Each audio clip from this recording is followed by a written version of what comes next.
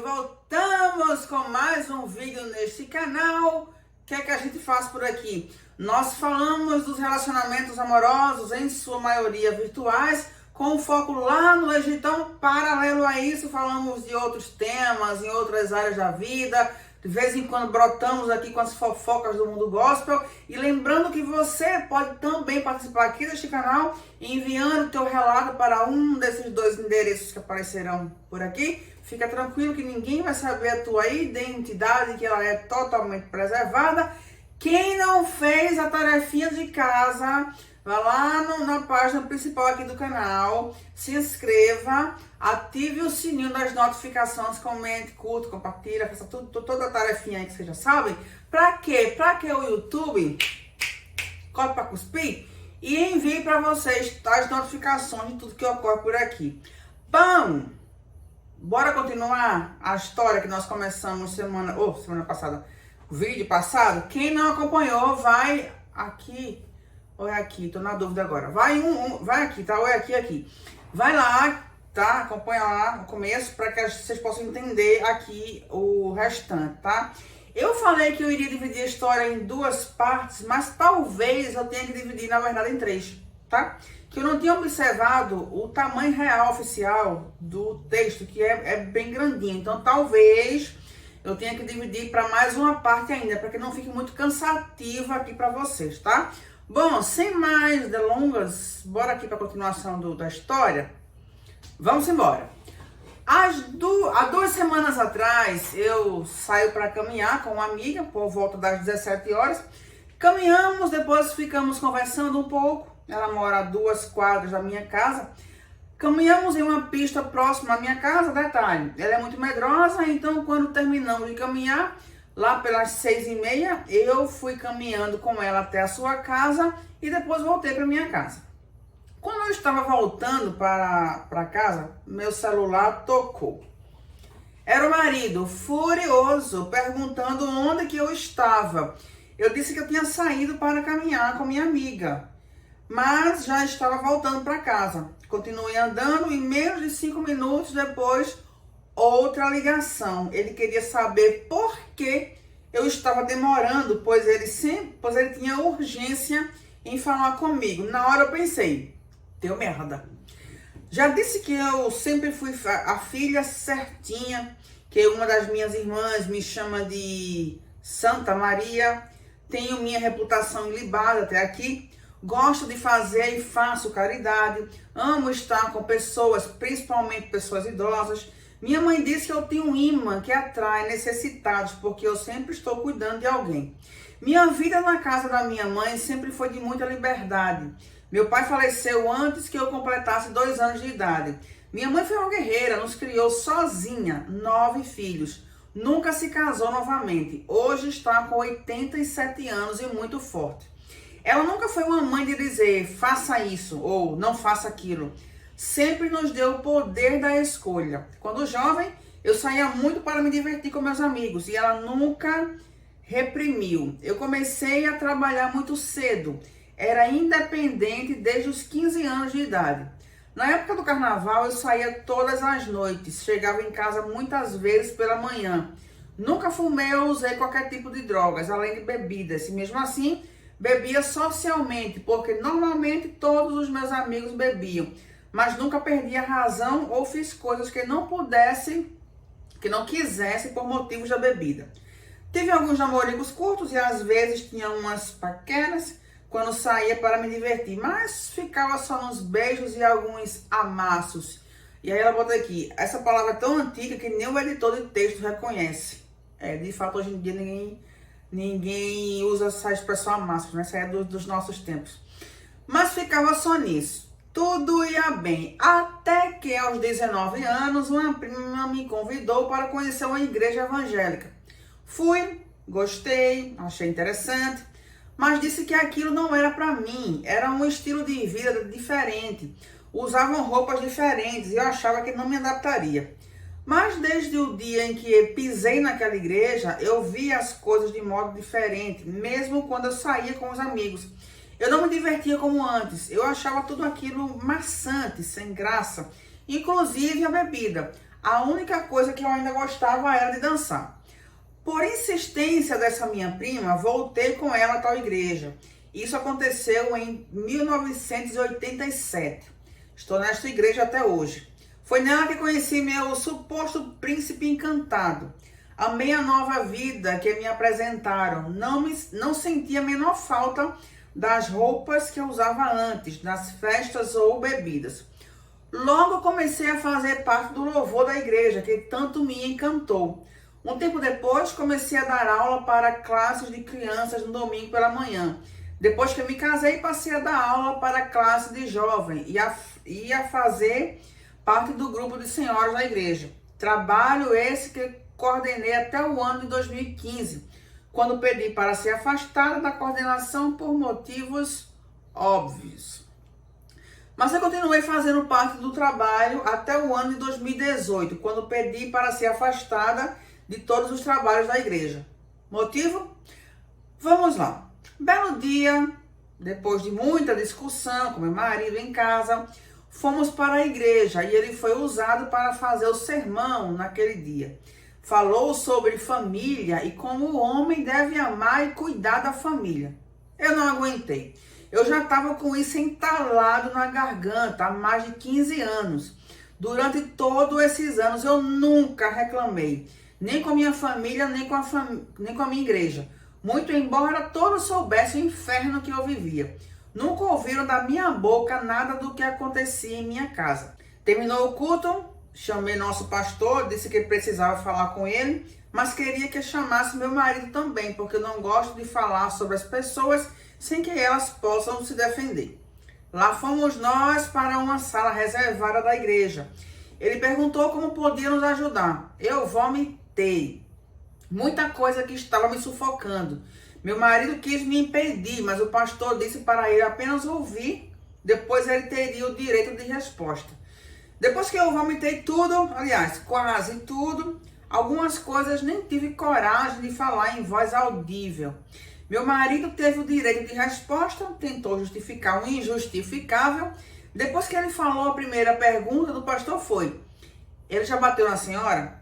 Meu marido ficou indignado com a pergunta, quis saber de onde que ele tirou essa ideia. Eu fui sincera, disse que não, que as agressões que eu sofria eram sempre verbais. Então o pastor disse que já havia recebido muitas denúncias de vizinhos preocupados comigo, por pensarem que ele me agredia fisicamente. E sendo um homem religioso, a igreja deveria ver isso.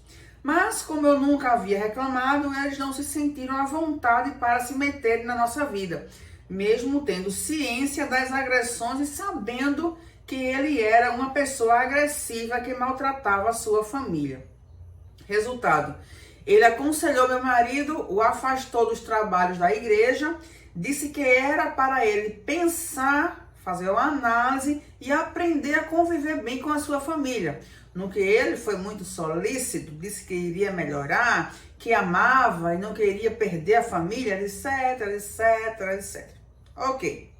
Não, nada de ok. Saímos da sala e assim que entramos no carro, as palavras deles foram: se você acha que a nossa vida estava ruim até agora, prepare-se, porque vai ficar ainda pior. Minha gente, o cara tinha acabado de sair lá do aconselhamento pastoral, prometendo mudança. Eu então voltei a pedir o divórcio. Ele disse que jamais me daria o divórcio, que iremos viver juntos até o fim de nossa vida. Ainda ontem ele repetiu a mesma coisa após mais uma discussão e acrescentou que nossa história provavelmente vai acabar em uma tragédia. Ele ainda vai fazer uma loucura. Maria, minha filha, isso é muito sério, viu? Porque se ele fizer uma loucura só com ele, então tudo bem. Ele que se vire. Agora, tu já imaginou se essa praga egípcia faz alguma coisa contigo? Ou com teu filho? Então, minha filha, abre os olhos, viu? Abre os olhos, porque não é brincadeira, não. Não sei ao que ele se refere quando diz isso. Mulher, tu sabe, lá no íntimo, tu sabe sim. Também não pergunto, não tenho o menor interesse em saber. Minha filha, é a sua vida que está em risco, viu? É bom saber sim. Só sei que as palavras dele se cumpriram. Meus últimos 4 anos têm sido um inferno. Tenho inclusive muitos áudios gravados que provam isso. Mas ok, já deu para entender, certo? Certo. Já disse que eu sou muito romântica? Pois é, eu sonhava com meu príncipe encantado. Inclusive pensei que a igreja seria o melhor lugar para isso. Seria cômico se não fosse trágico. Muito bem. Continuando, eu tinha conversado com meu filho sobre os meus planos e, de certa forma, desde então, minha vida com meu marido não melhorou. Mas, para mim, só de saber que ele ia embora, me renovou as forças e eu estava me sentindo um pouco melhor. Digo isso porque meu marido tinha uma certa razão. Eu passei muitas noites em claro, escrevendo. Eu quase não consigo dormir. Eu durmo 2 ou no máximo estourando 4 horas por noite. Isso acontece há mais de 2 anos. Agora que começa o motivo de estar contando minha história para vocês. Fiz conforme a editora me instruiu. Criei meus perfis literários, as pessoas foram chegando. Tenho no Instagram quanto no Facebook, foram aparecendo sugestões de amizade. Fui adicionando. No início eu não observava os perfis. Eu só adicionava. Começaram a aparecer algumas mensagens pelo Messenger, exceto as mensagens de pessoas oferecendo serviços ou perguntando sobre o livro, eu não abria as demais, simplesmente ignorava as mensagens. No final de março, a editora me pediu uma fotografia para colocar na capa do livro. Enviei a foto, gostei dela, como havia 10 anos que eu não trocava foto no meu perfil pessoal, peguei a fotografia e coloquei no meu perfil. Quase todos os meus amigos comentaram na fotografia, além das muitas curtidas. Juro que não fiz com intenção, mas todos que me conhecem sabem o quanto sou discreta com minha vida. Não sou de ficar postando tudo que faço. Raramente apareço nas redes sociais. Inclusive, um dia fizeram um post e quase todo mundo me marcou. No post dizia: alguém tem uma arma em sua cabeça. Você só pode mandar mensagem para uma pessoa. Mas se ela atender, você morre. Pergunta. Para quem você ligaria? Choveu o meu nome. Pois bem, eu mudei a foto do perfil. Meu marido ficou a fera. Leu cada um dos comentários e queria saber quem era e por que tinham comentado na minha fotografia. Até minha mãe ficou magoada. Me disse que eu deveria me separar, que isso não é vida. Porque antes meu marido fingia de bonzinho perto da minha família. De uns 2 anos pra cá, ele simplesmente começou a gritar comigo perto deles, usar de grosserias e xingamento. Eu fiquei muito chateada com aquilo, principalmente porque ele disse que agora eu vivia em redes sociais postando sobre minha vida. Lembre-se, havia 10 anos que eu não trocava a fotografia do meu perfil. Fiquei para baixo, totalmente deprimida. Desci para o escritório, chorei. Depois comecei a escrever um pouco, fiz um post para o Facebook e fui postar.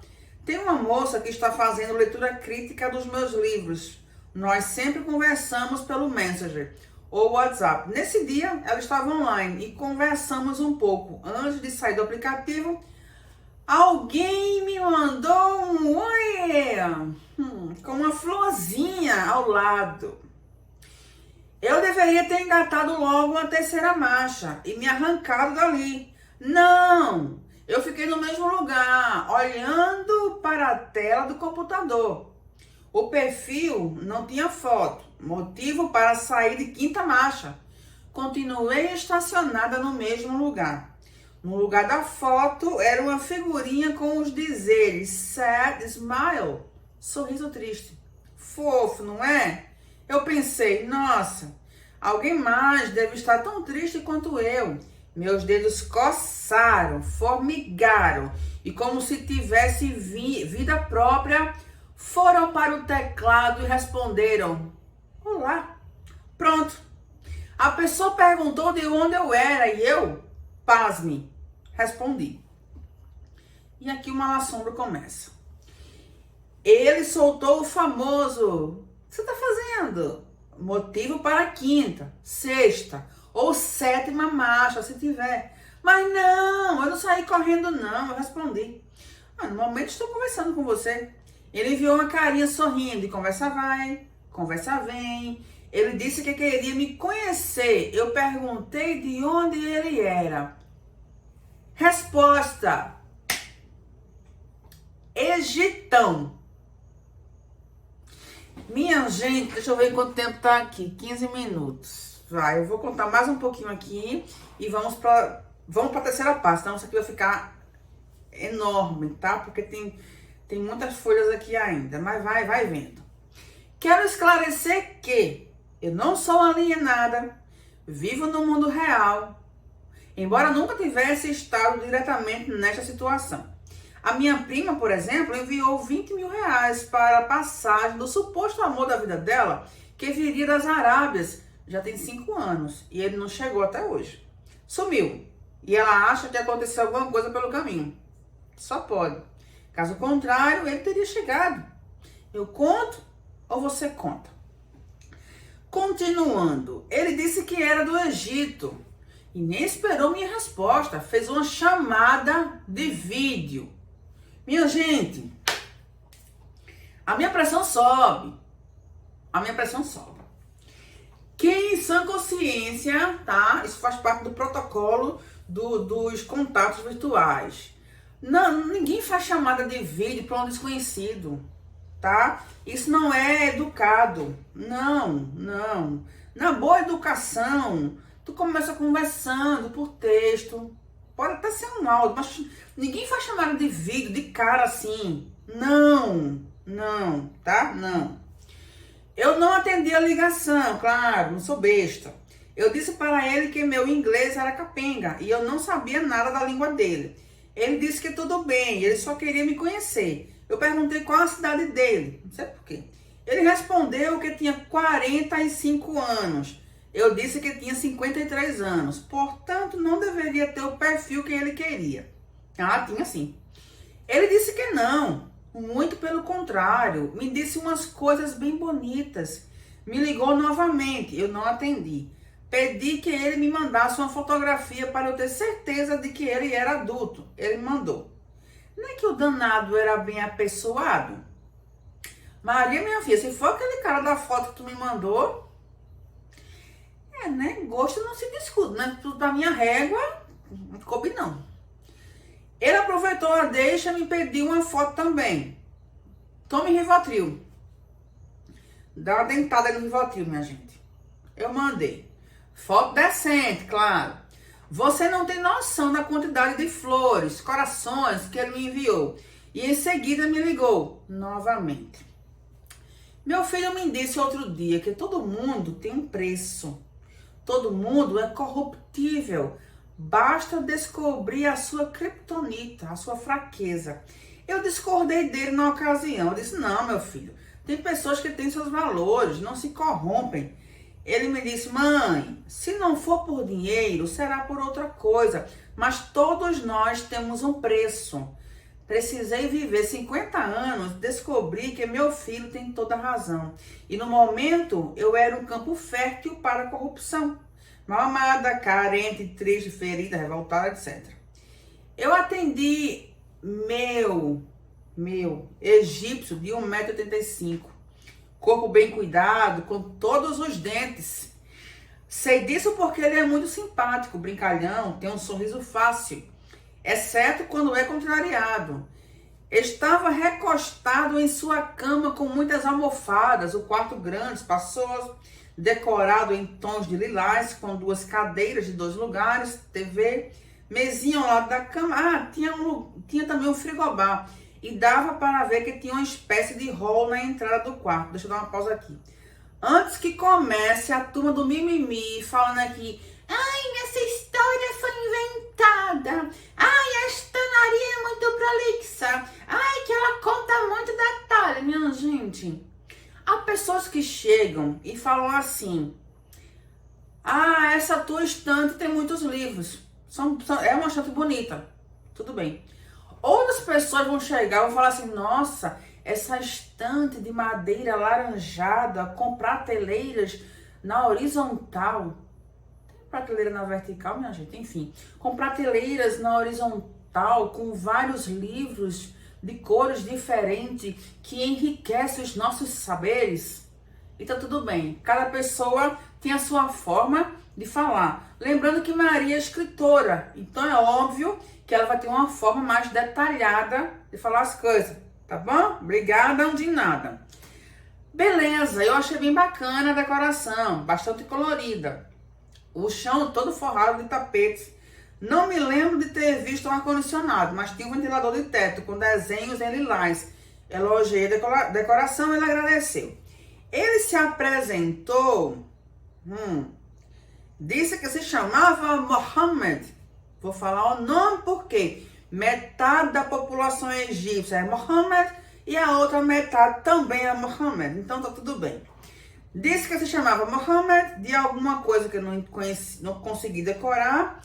Ele depois me mandou o nome por escrito, mas a besta aqui não arquivou. Que tinha 45 anos, era divorciado, não tinha filhos, morava sozinho, mas que as irmãs e sobrinhos dele estavam sempre por ali, na casa dele. Você acreditou? Eu também não. Mas continuei ali, conversando com ele como podia. Disse que eu era linda, que não parecia mesmo a idade que tenho, que queria me conhecer melhor. Eu tinha um lindo sorriso, me pediu para ficar em pé. Olha a baixaria. Porque eu estava sentada na cadeira, em frente na mesa do escritório. Eu atendi o pedido e ele sorriu de orelha a orelha. Mulher, 30 tapas na tua cara, 10 de cada lado, 10 no meio para equilibrar. Qual é a lógica que tem? Tu tá conversando com uma pessoa, aí a pessoa fala, ai, fica em pé, eu quero te ver aí. Qual é a lógica disso? E assim, é um primeiro contato, diga-se de passagem, tá? Vamos lá. Perguntou minha estatura, porque ele ia fazer uma roupa pra ti. Ele era alfaiate, né? Porque daí se ele fosse alfaiate, faria sentido. Ele queria ver tua altura, tuas medidas, né? Eu disse que a minha altura é tal, meu peso é tal. Elogiou tudo em mim, pediu para que eu tirasse meus óculos.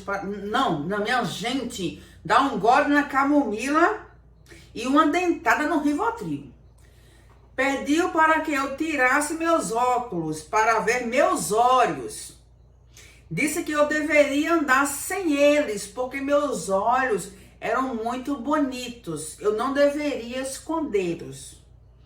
Um negócio desse comigo, eles já levavam fora.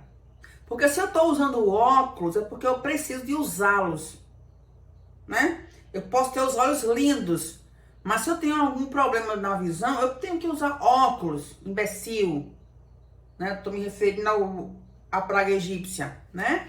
Eu respondi que não enxergo bem sem eles, mas sempre que conversamos, ele sugere que eu tire os óculos.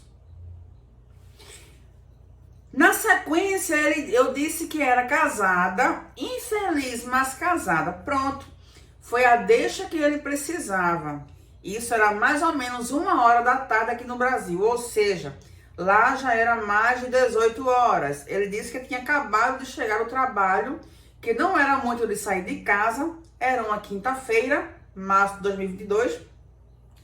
Conversamos até por volta das 9h30, no horário do Egito, porque ele disse que estava o horário de rezar, que iria rezar e voltaria para mim dentro de 1h. Aqui era apenas 3h30 da tarde, continuei trabalhando e menos de 1h depois ele me aparece com aquele oi, com uma florzinha. Eu prontamente disse oi. Conversamos mais um pouco, ele disse que a atividade da família dele é a pesca, me mandou foto dele em um barco, mas que ultimamente os negócios não iam muito bem. Então ele tinha outro trabalho também. Dá pra imaginar mais ou menos, né? O neto do cara. Perguntou o que eu fazia, se eu trabalhava. Aí lá vai Maria dar os detalhes todinho. Mais uma vez eu disse que sim, eu disse que eu era de tal profissão e que eu agora também tenho 2 trabalhos, que eu escrevia livros. Ele perguntou se eu escrevia sobre a Amazônia, nada a ver, que não tem nada a ver onde Maria mora com a Amazônia. Eu disse que não, que eu escrevia romance. Ele disse que eu devia ser muito legal, escrever, admirava quem tinha criatividade para isso. E assim foram mais algumas horas de conversa. Me lembro que por volta das 20 horas eu interrompi a conversa, disse que tinha que preparar o jantar, minha mãe estava em casa, Servi o jantar para minha mãe, meu esposo, conversamos um pouco, minha mãe foi dormir cedo, 1 hora depois, lá estava eu no escritório de novo. Ele acenou para mim, perguntei se ele não dormia, porque lá já era muito tarde. Ele disse que estava próximo do período da reza, pelo amanhecer. Daí, a meia hora, ele disse que iria orar e voltar para continuarmos conversando. Eu fiz as contas e lá já era mais de 3 da manhã. Era uma quinta-feira. Eu perguntei se ele não ia dormir para trabalhar no outro dia. Ele disse que dia de sexta-feira é feriado no Egito, mas que de qualquer forma, mesmo se não fosse, ele não precisaria dormir se tivesse minha companhia. Fofo, né? Não, Maria, tem nada de fofo aqui não, filha, nadinha. Ele foi lá, rezou, voltou, conversamos até o dia amanhecer para ele. Aqui ainda era mais ou menos 2 da manhã. Nos despedimos, fui pro meu quarto dormir. Acordei 5 horas da manhã. Adivinha quem foi a primeira mensagem que eu recebi? Não sei, do presidente da República? Não. Conversamos no sábado e também no domingo. Inclusive, no domingo eu interrompi nossa conversa por volta das 18 horas no horário do Brasil. Disse que eu iria à igreja. Então, logo me disse que era muçulmano. Eu já tinha imaginado isso, claro. Perguntou minha religião. Eu disse que era cristã. E se isso era um problema para ele, ele afirmou para mim que não. Inclusive que eles acreditam que Jesus foi um profeta enviado por Deus e que nasceu de forma milagrosa da Virgem Maria, mas que não acreditam na ressurreição dele. Respondi que ok, por mim tudo bem, cada um tem direito de ter sua livre convicção. Durante nossas conversas eu ouvia conversas de outras pessoas. Muitas vezes tinha até um bebê chorando. Quando eu perguntava, ele dizia que era sobrinhos, suas irmãs, que o prédio que ele mora tem 4 andares e os apartamentos são todos de sua família, e que ele morava em um. O pai dele, um irmão com a família no outro, os outros 2 andares eram ocupados pela família da irmã e no outro um irmão também com a família. Apenas um dos irmãos mora em local diferente. Me mandou foto do prédio, era até bem bacaninha, mas eu não salvei, fiz de conta que não acreditei em tudo e ficou tudo bem. Lógico que eu não acreditei, eu sabia que ele era casado, eu não tinha a menor dúvida sobre isso, mas não liguei. Eu sabia um pouco sobre esses golpistas. Lembra do caso da minha prima? Então, resolvi testar para saber em qual grupo de golpistas ele se encaixava. Detalhe, eu não li a história toda, tá? Tô lendo aqui com vocês, não sei o final. Eu só espero que ela não tenha se enganchado com esse cara. Na segunda-feira eu acordei com uma chamada de vídeo pelo telefone às 5 horas da manhã. Mesmo sem sair da cama, atendi. Eu sei, eu tava brincando com fogo, mas achei que valia a pena correr o risco de me queimar só um pouquinho. E quem era que te garantia que tu iria te queimar só um pouquinho? O teu marido, por nada, estava ameaçando fazer alguma loucura. Imagina se teu marido te pega conversando com... Não ia ficar nem as cinzas para contar a história. Ele estava dentro do carro, disse que era o carro do seu trabalho, que estava esperando algumas pessoas que iriam para outra cidade fazer um trabalho. Aproveitou que eles ainda não tinham chegado para me ligar. Viu que eu estava na cama, pediu para ver como eu dormia, a baixaria. Eu sei, Nadir, não, eu não li não, tá? Eu não sei o que vai acontecer aqui. Eu espero que ela não tenha mostrado nada pra ele. Tome sua camomila. Eu não vi, não me importei com o pedido. Eu normalmente durmo de camiseta folgada e grande. Não tão grande, tu mostrou ele. Ele se mostrou encantado, principalmente com meu par de pernas à mostra. Vi que 2 pessoas se aproximaram do carro. Ele se despediu com a promessa de conversarmos à noite. Tá. Pra nós, um par de pernas é só um par de pernas. É só um par de pernas. Mas para um camarada da cultura egípcia, um par de pernas é quase um filme mais 18, explícito. Tá? Porque eles não estão acostumados a ver isso com tanta facilidade. Certo? Prosseguindo. Ele me chamou para conversarmos à noite durante a... E teu marido estava onde, hein? Durante a conversa, saiu o assunto sobre crise financeira no mundo, principalmente em países como o dele. E eu logo perguntei se ele tinha vontade de sair do país dele. De repente, viver em um país como o Brasil, por exemplo, já que os negócios não iam muito bem e ele não tinha nada que eu aprendia no Egito. Ele me disse que não pensava em mudar de seu país.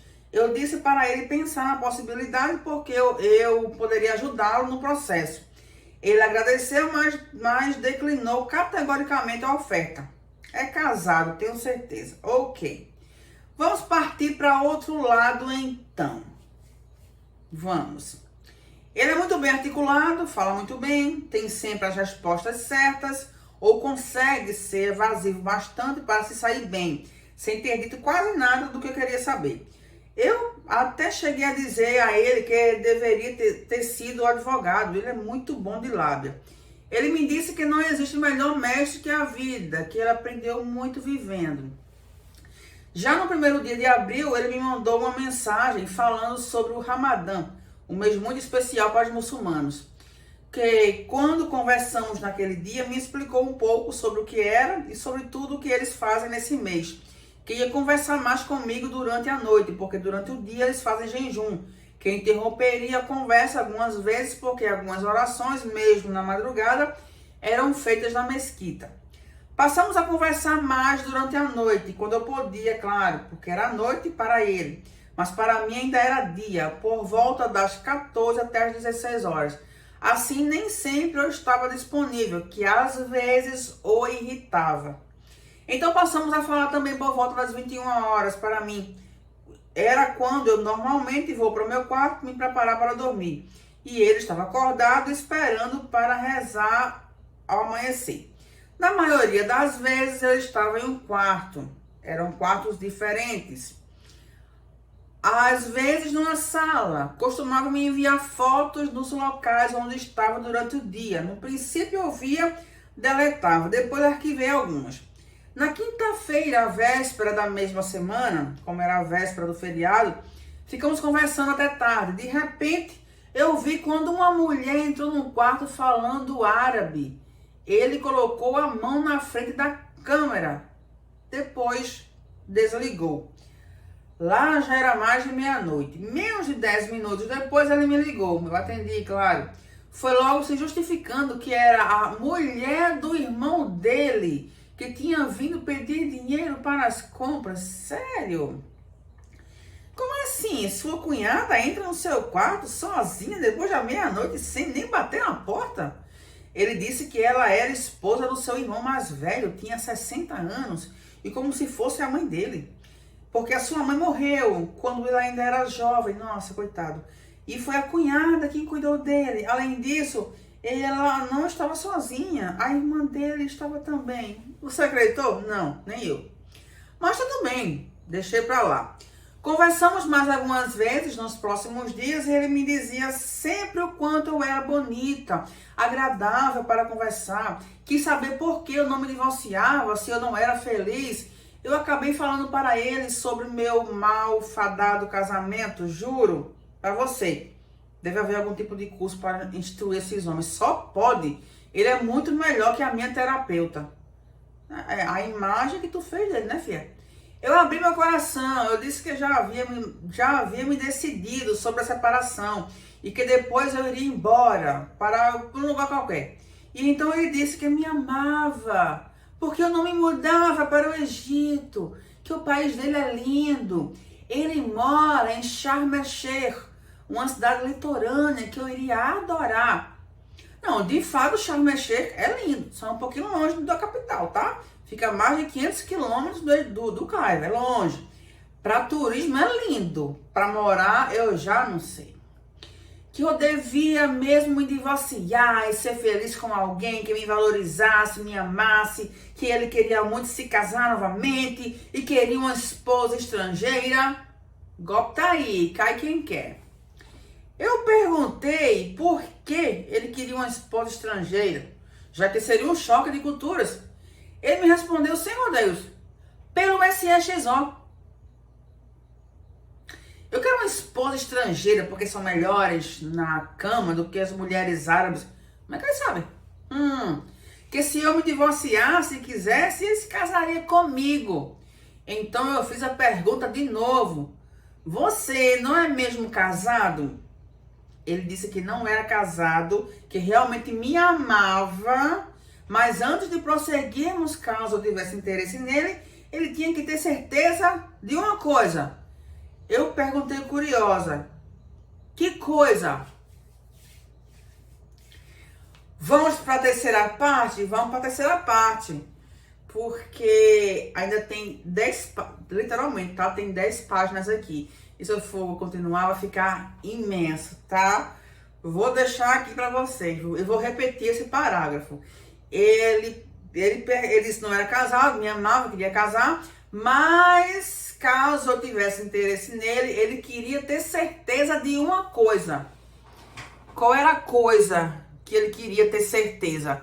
Deixem aqui nos comentários, depois de amanhã eu volto. E aí vamos saber que coisa era essa. Vejo vocês lá nos comentários e no próximo vídeo. Tchau, tchau.